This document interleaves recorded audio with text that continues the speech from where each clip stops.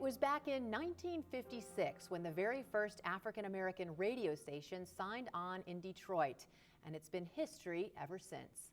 Hello and thanks for joining us. I'm Laurel Hess and this is COMCAST Newsmakers. Joining me now is an author and media consultant, Ken Coleman. Thank you so much for joining us today. Thank you for having me. You have written now 3 books, all sort of based on some sort of African-American history in Detroit. Yes.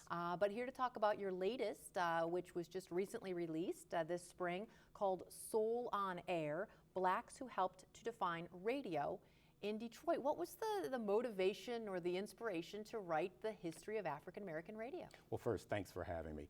You know, it seems to me, it occurs to me that there are professionals within our community, African-American members of the clergy, African-American elected officials, African-American business leaders, who have always been strong voices in the black community in Detroit. But another class, if you will, of very important voices were African-American on-air personalities on radio. No one had broached the subject before. I thought it was a good topic, and the book is doing well.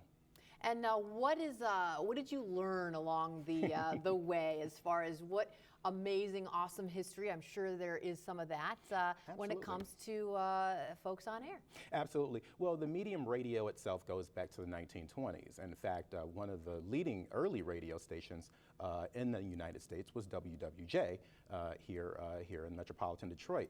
But African Americans have been on air almost since the medium started. In fact, the first African American signed on air in 1935.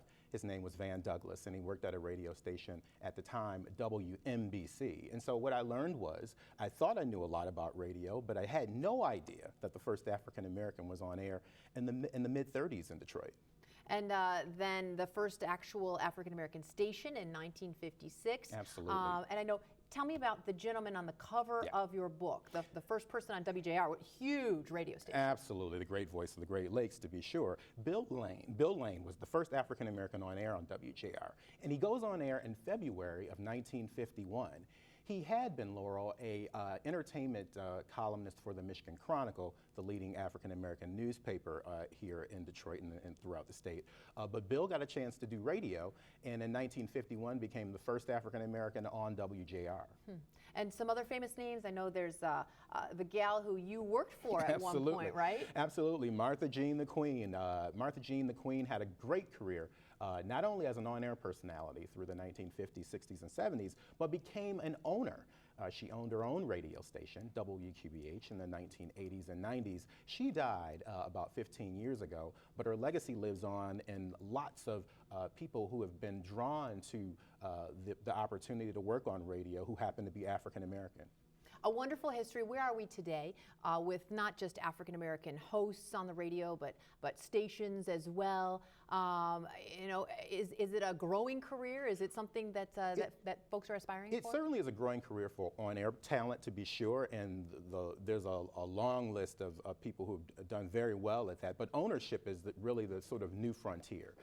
And now you have conglomerates like Radio One that own dozens of radio stations throughout the country, including 3 in Detroit.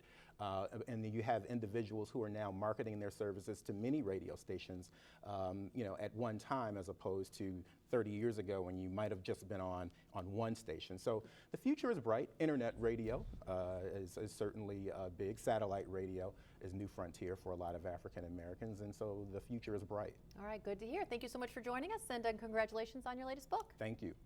Today's COMCAST Newsmaker was Ken Coleman, an author and media consultant.